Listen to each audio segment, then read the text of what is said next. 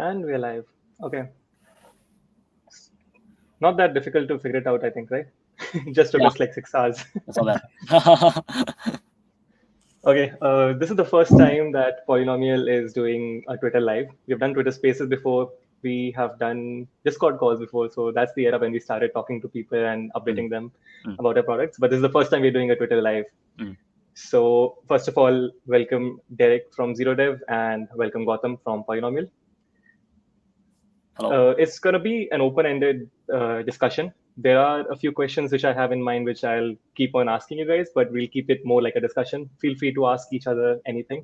And yeah, I think we should just start with introductions. So Gautam, why don't you go first, and then Derek, you can follow. Hey, I'm Gautham. I'm one of the co-founders of Polynomial. Uh,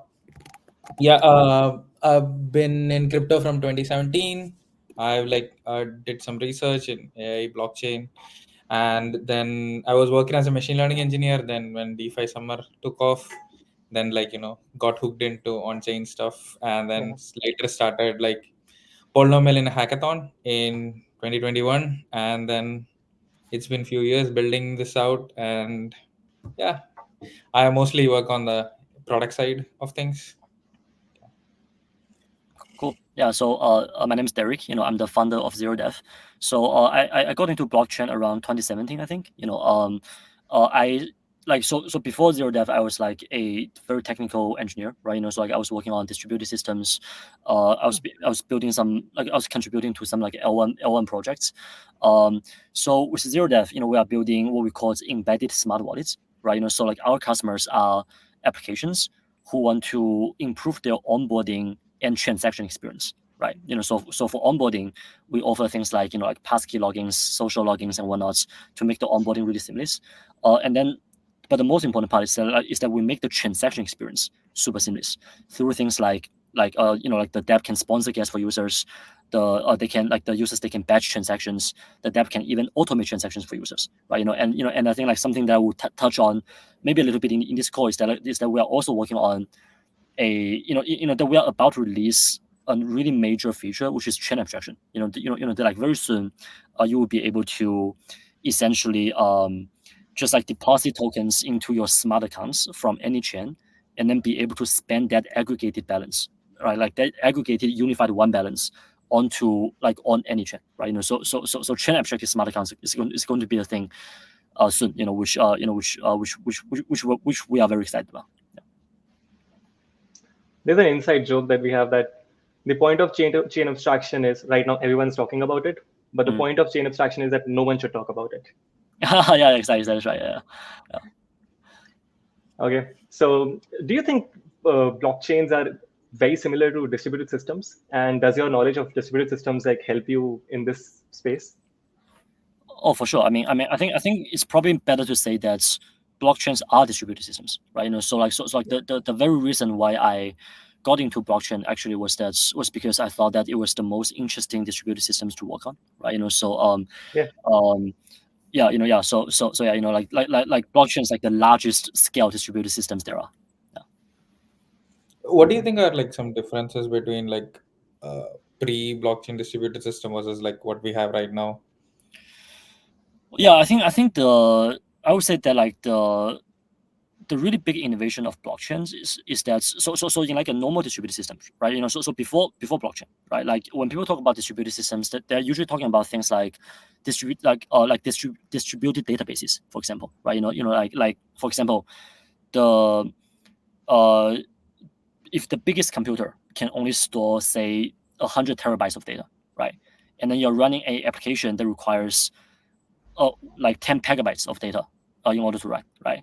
So that's when you need a distributed database to shard the data in order to offer one unified database, despite the fact that it's actually supported by many different computers, right?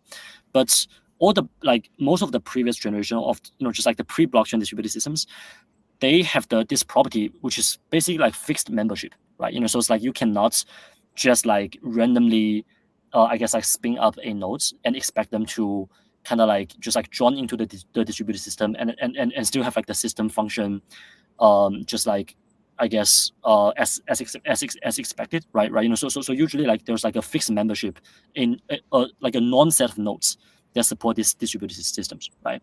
So I think like with the Nakamoto like the Bitcoin consensus algorithm, right? Like there was like the first distributed system that allows for a permissionless set of membership, right? So it's like anyone can join the Bitcoin network without talking to anyone, and then like the whole system still continues to function as expected. Yeah. So I think there was like basically like the biggest breakthrough or like property, with like the Bitcoin with like the blockchain style distributed systems.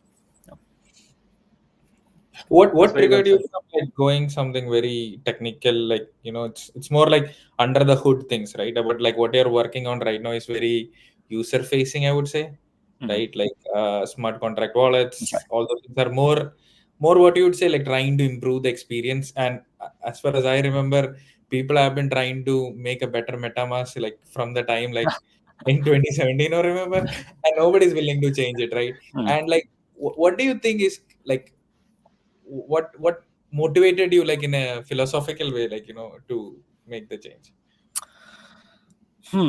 That's an interesting question. I think I mean the honest answer is that I feel like it's a bit what do you call it, like a bit kind of like random, right? So like basically like, so before this company, like I was the co-founder of like another company called Eternal. So we were building actually like back then it was like one of the largest NFT marketplaces on this other blockchain called Flow, right? So if you guys remember, right? So Flow was Yeah, yeah. powering like this really big application called NBA Top Shot, right? So NBA Top Shot, huge, right? So we were building the equivalents to NBA Top Shots, but for esports, right? So we were building a esports NFT collection platform, right? So on Flow, actually, like in many ways, they were actually kind of like more advanced than Ethereum when it comes to user experience. So they basically have like some kind of like native account abstraction primitives, that allows applications to do things like sponsoring guests for users, right? So we were doing that with Flow. So after we after we sold that company, like we like I was thinking about the next thing to do, right? So one thing is that like even though we were working on Flow, because kind of like back then there were a lot of like NFT collectors on Flow. That's why we picked Flow, right? But like even though I was working on Flow, I always felt that like personally I'm actually like a little bit of like a ETH maxi, that I feel like every single blockchain will, like even like the L1 blockchains today like Flow will probably eventually be folded under the Ethereum umbrella as a L2s eventually, I think, right? Because I feel like the network effects of Ethereum is like so compelling, right? And like the credible neutrality of Ethereum is just like unparalleled compared to like other L1s, right? So but my point is that like, so I really wanted to work in the Ethereum ecosystem. But then I kind of realized that, wait, like actually Ethereum doesn't have the kind of account abstraction primitives that like some other L1s have, right? So I think like that's what led me to decided to work on basically a account abstraction company on Ethereum.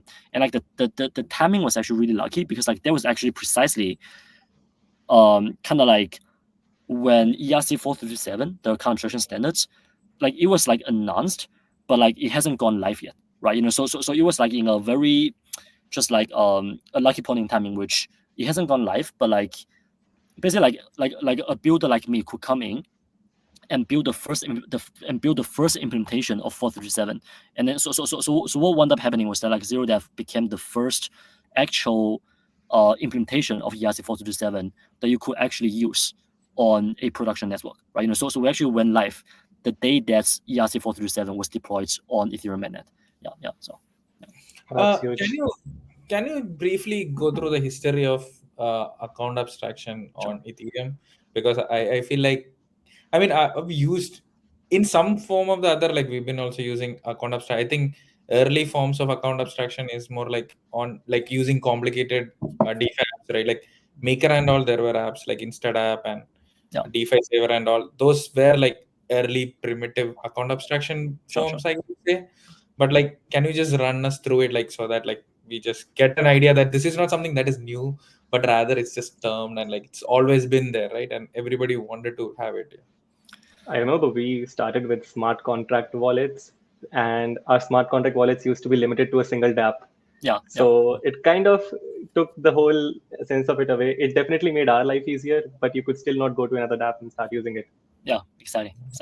Yeah, I mean, you know, so it's pretty much what you guys said, right? You know, so like ERC-4327 is not the first time that people ever thought of the idea of account abstraction, right? You know, so like even before ERC-4327, there was actually like this thing called like I think it's called the GNS, the GSN, the gas station network, right? You know, so there's like this basically like this network of relayers that you can kind of like plug into to sponsor gas for users, right? You know, but the really big innovation of ERC-427 is essentially is that like they basically invented a protocol that allows any just like you know that allows anyone to provide infrastructure. So basically like before ERC-427, right? Like if I want to build a account abstraction application, I have to find specific providers, you know, just like the equivalents of bundlers and paymasters today, right? So back then I have to find specific people to support my specific application, and like the interface through which we communicate with each other is totally app specific, right? You know, so like there's like no standard interface, right? So that's why like the friction of building a new account abstraction application was like really high, because you have to be logged in with like specific infrastructure provider that is willing to do the gas relayer, that's willing to do the gas relaying for you, right? So ERC-427 standardized two things. So one is that it standardized the interface between the application and the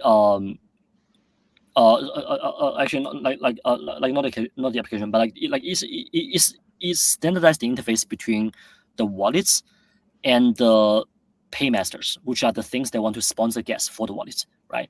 So now like you can have like this like standard paymasters that can sponsor gas for any wallets, and also as a wallet you can be sponsored by any paymaster, right? You know, which is unlike before, in which a wallet will have to commit to a particular gas relayer, right? So then, but then ERC-427 also standardized essentially the actual smart account interface itself, right? You know, so again, before, if I was building a smart contract wallet, again, there's like no single interface I can build towards that will allow me to work with a large variety of gas relayers. But with ERC-427, I can build my smart contract wallets against a specific interface and be confident that now there's like this whole ecosystem of like paymasters and gas relayers that can sponsor gas for me. Yeah. So the TLDR is that like, you know, ERC-427 is not where like account abstraction was invented. It was where it was like standardized, which is like what triggered like this whole momentum of like people building account abstraction projects. That's fair enough. Yeah. That like looks like that the future of account abstraction is going to be, at least the near future, is going to be chain wide, at least. Like the whole chain you have account abstraction. Yeah. Definitely. And it's, I think, the perfect time for a plugin from Gautham. So I know that Polynomial team is building its own polynomial chain. So Gautham, do you want to talk more about it? And yeah, so as we have announced like few weeks back, we are building this new thing called Polynomial Chain, and we are working with Zerodev and on the account abstraction side. So it's primarily made for derivatives. Like we've been building in the derivative space for the past 3 years, and what we have noticed is like having something like account abstraction vastly improves your experience as both as a developer and as a user, right? And we started using account abstraction ourselves like a primitive way in like last year when we were making polynomial trade, and what we used it primarily was for batching transactions, right? A user want to place, our main issue was somebody had a position on ETH and they wanted to open a position on BTC. What they had to do was first close the position, take out the money, deposit the money, place a trade. 4 transactions, 4 minutes gone. By that time, you are not longer interested in the trade sometimes, right? So that is mainly like where we started like using account abstraction. And over the years, like over the time, we just realized we were just spending a lot of time like building like, you know, all the stack and everything. So we just realized that let's just plug it into the chain and say like every app which is using this chain is going to use account abstraction. And I'm not going to force everyone, but all the grants and everything will be only for apps which use account abstraction by default. And we are like very happy to like partner with someone like Zerodev to help us like get it done. And it comes with a lot of things, right? Like from day one, like all our applications, no gas, right? And that is like really good. And also like a little bit of chain abstraction is there. Like nobody even knows polynomial chain is there. You just come and you just sign and it's just done. And it's like an amazing experience. We've tried to do something similar like few years back. It was very, very hard, but now like the infrastructure has gotten like so much better, and it works really well. I remember like in 2022, I think we allowed deposit from any chain.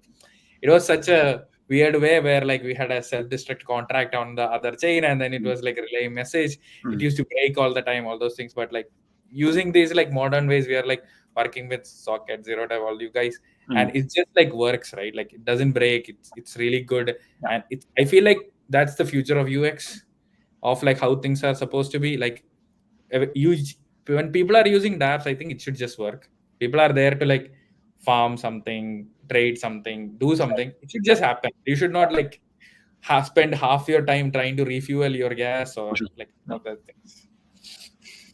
And it becomes quite, now it seems quite trivial that account abstraction, yeah, it will be there.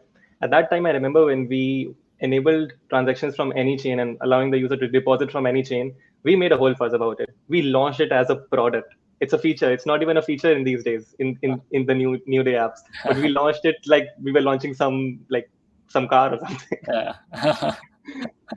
But yeah, that's the journey that we have taken, and how products like Zerodev help you from day one when you're building some app for yourself. That's right. So how tightly are like Polynomial and Zerodev integrated, and like what are the other new things that are coming up at Zerodev that Polynomial and anyone else building on Zerodev can leverage? That's for you, Derek.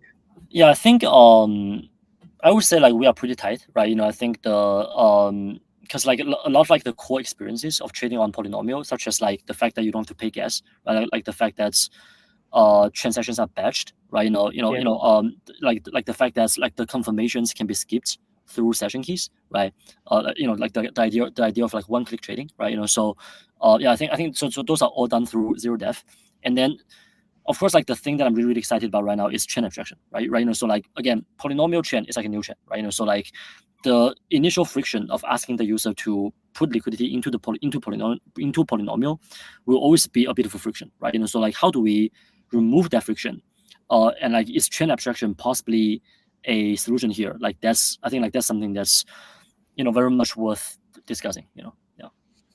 I think like maybe you can explain a bit of like how do you think an experience is, Yeah. because like in a scenario like if you are like trying to put money into a centralized exchange, right? You just send money to an address, and then it's just done.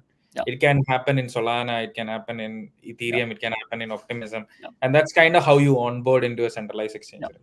And we want to replicate a similar experience in a DeFi scenario, but like it's still like a work in progress. But like maybe you can like maybe like give a vision of what you have in mind.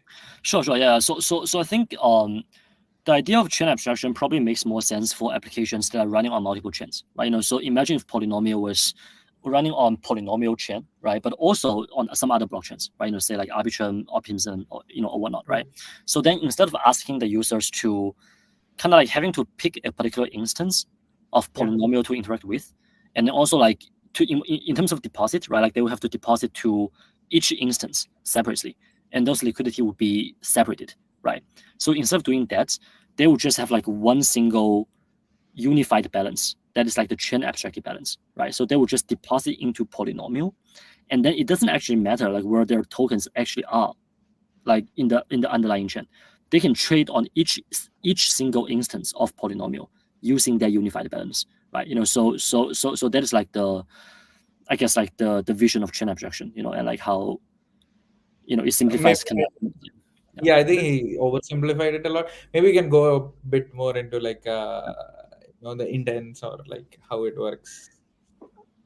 Before that, on this chain abstraction, when you talked about small chains, I have a very specific question to that. Like Polynomial is a small chain. If you were building chain abstraction and you want your balance on base to be used on, or optimism to be used on Arbitrum. Yeah. It's fairly easy. You can have like a huge chunk of liquidity on one chain and the other chain, and you can subtract from there, add to this chain. Yeah. In Polynomial, when you start enabling chain abstraction for small chain, is it liquidity efficient, or like how do you go about it? That is like a good question for sure. I think like the really hand wavy answer is that like this is not my problem, but rather like the solver's problem, right? So the way that our chain abstraction product works is that we are working with like a network of solvers, right? So they will look at like all the intents, like all the orders in this network, and then decide which one to fulfill, right? So like if they see, for example, for example, a lot of like trades happening on the polynomial chain, then it will check liquidity providers to provide liquidity to Polynomial in order to fulfill those orders, right? Yeah. So I guess like that would be the hand wavy answer, which is that we have like a mechanism that allows the solvers to kind of like respond dynamically to liquidity demands. Yeah. I think what I understood is like when you are like you have a unified balance and you just say like, okay, I have some money on optimism and base and I want to use that capital to open a position on polynomial. Yeah. Instead of me doing the action, I will just say that I have this much money, just do the action what I want, and the solver will actually do the action for you and take a small fee. And then after finishing the transaction, they will have a proof that the transaction had.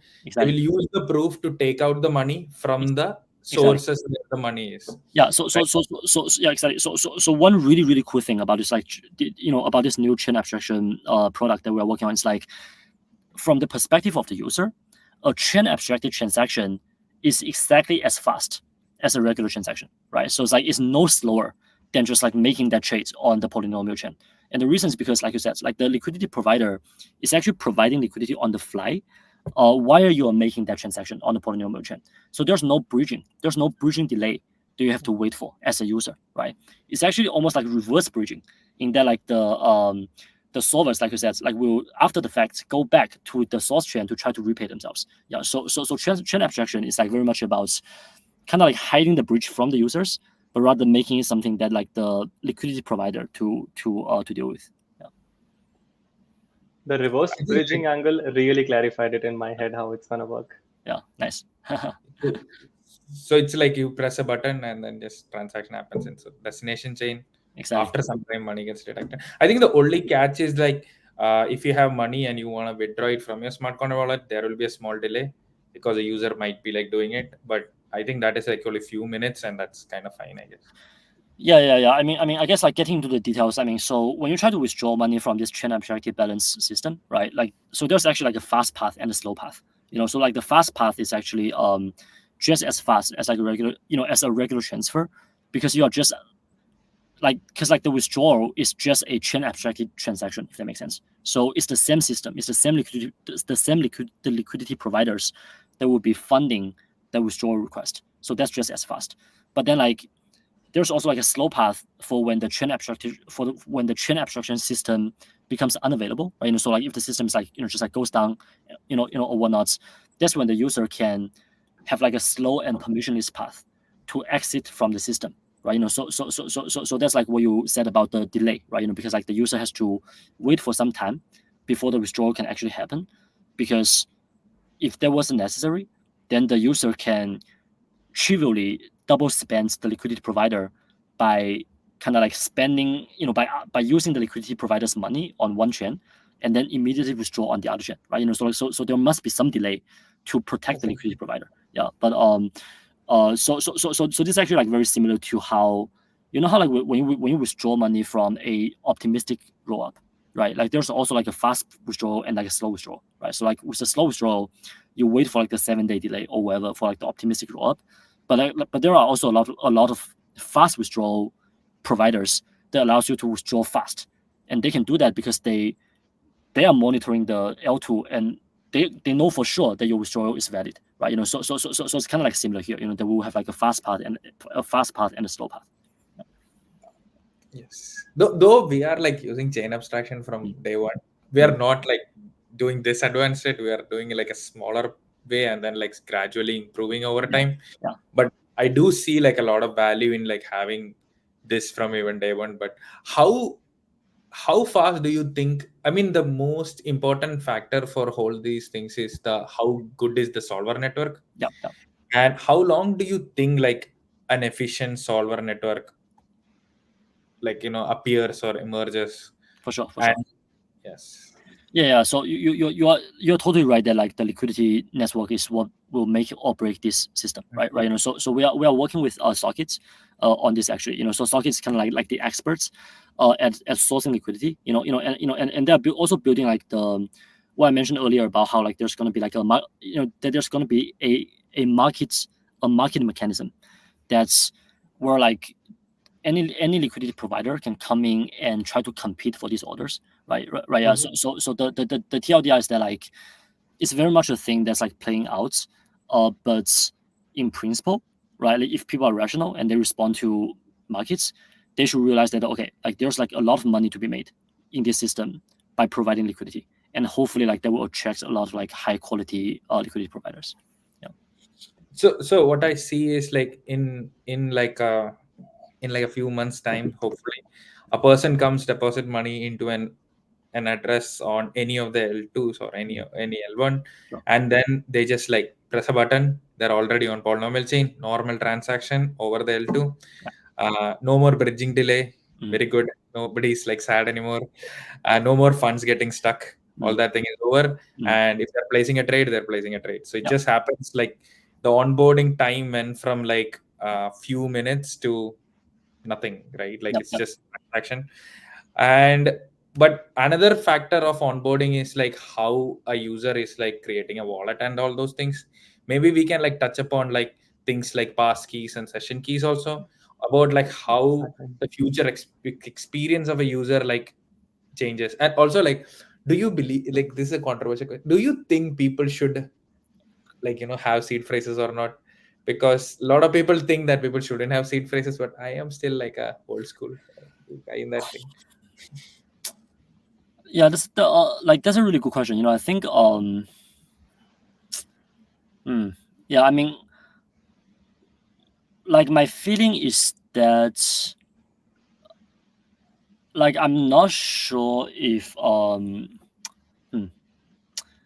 so my feeling is that most users, like just like if we are thinking long term, right? Like most of like the future users on Web3 probably won't have a seed phrase the way that we define seed phrase today, right? So they won't have like to keep track of like a 12 words seed phrase, right? But they will have private keys, however, right? The question is like how that private key is secured, right? So I think like passkeys is definitely like a really elegant solution, because the entire point of passkeys is that you actually already own devices that stores private keys, right? So I think like passkeys will be a big, just like a very popular option. But then I also think that like another really popular option would be like social, but like not social the way that people talk about it today, right? Because like the way that social signings work today is that you're actually trusting some company to store the keys for you, right? So for example, if you're using say Web3 auth, right? Like you are, they are handling the social logging, and then they have like some infrastructure that's essentially storing the private keys for you, right? So I feel like that is not a acceptable level of security, I think, if we are talking about people storing like their life savings in crypto, right? So I feel like the future will actually be a combination of all these different signing methods, including social and passkeys, with smart wallets, right? Because the thing about smart wallets is that you can put spending controls as well as like recovery methods like on your smart wallets, right? So for example, I can say like, okay, I will have like a social key on my smart wallets, but that key can only spend up to, I don't know, like $5,000 a month, right? So it's like you can assign different basically like spending limits to different keys based on the level of security, right? So like maybe like the more convenient signing methods like social, there will be people will use them a lot, but then like they can only spend a small amount.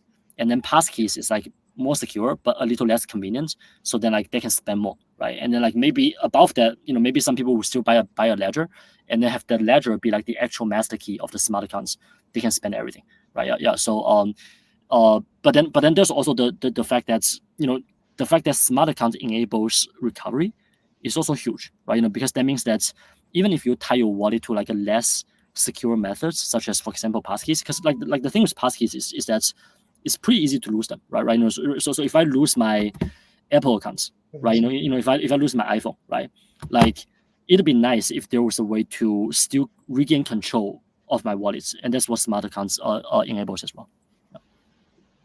Okay. Okay. So like, do you feel like you will put, I don't know, a million, like all your net worth into a smart account at the moment with passkeys, or would you like still want like few years, like more infrastructure for something like that to happen? And you just briefly mentioned about the recovery, but like, is there anything else? Yeah, I think the technology already exists for for people to build a smart wallet with an acceptable level of security that's will make me comfortable to put my life savings in, I think, right? So let me describe my ideal setup, right? So I will have I will have a smart account. So I will have a smart account, right? Again, like I said, like I will associate multiple keys with it, right? Like, so there would be like a social key, there would be like a pass key. Since I already own Ledger, I think I will also tie a Ledger.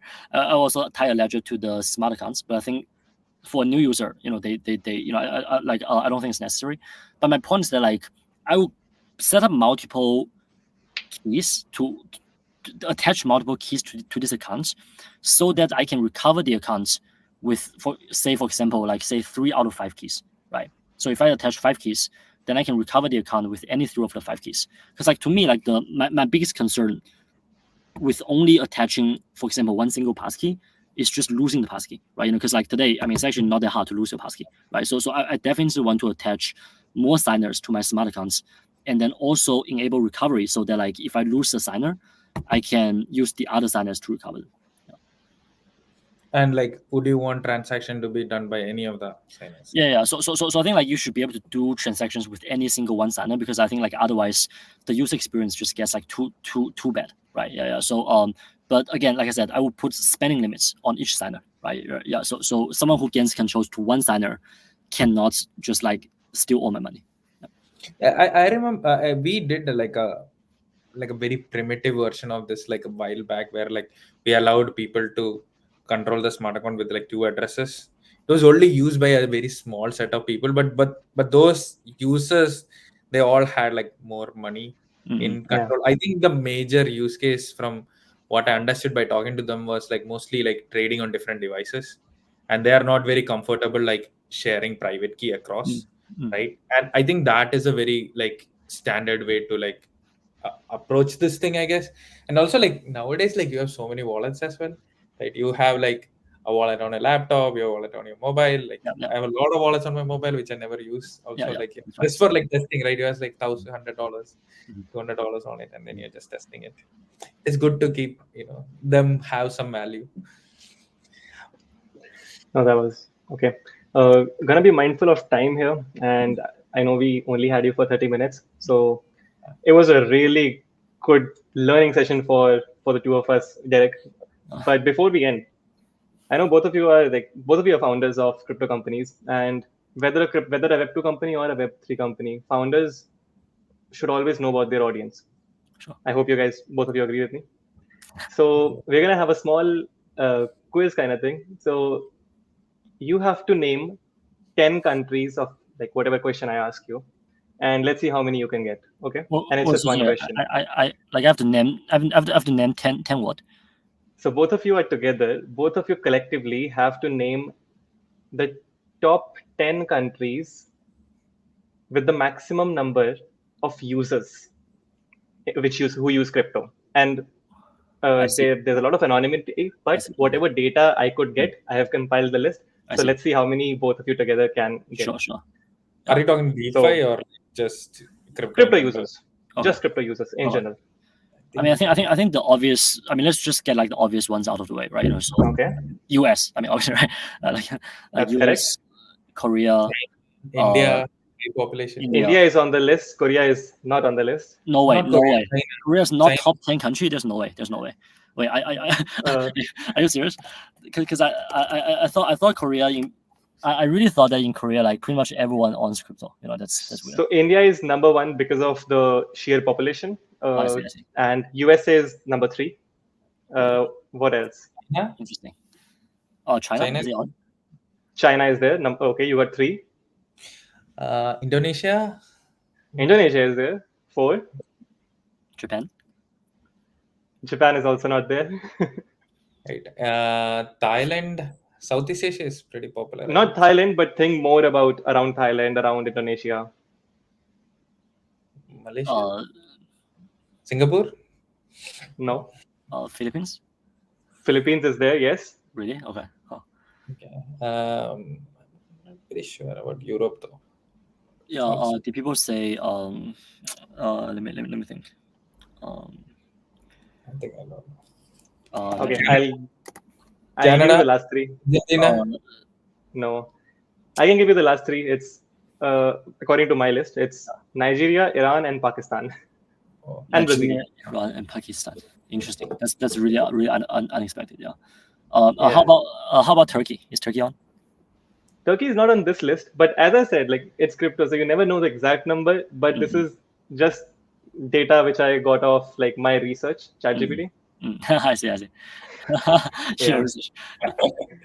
But thank you so much, guys, for joining for this first podcast. We'll make it a thing, and we'll have more and more guests on these podcasts. And we would love to see you again on one of the editions of this podcast, Derek.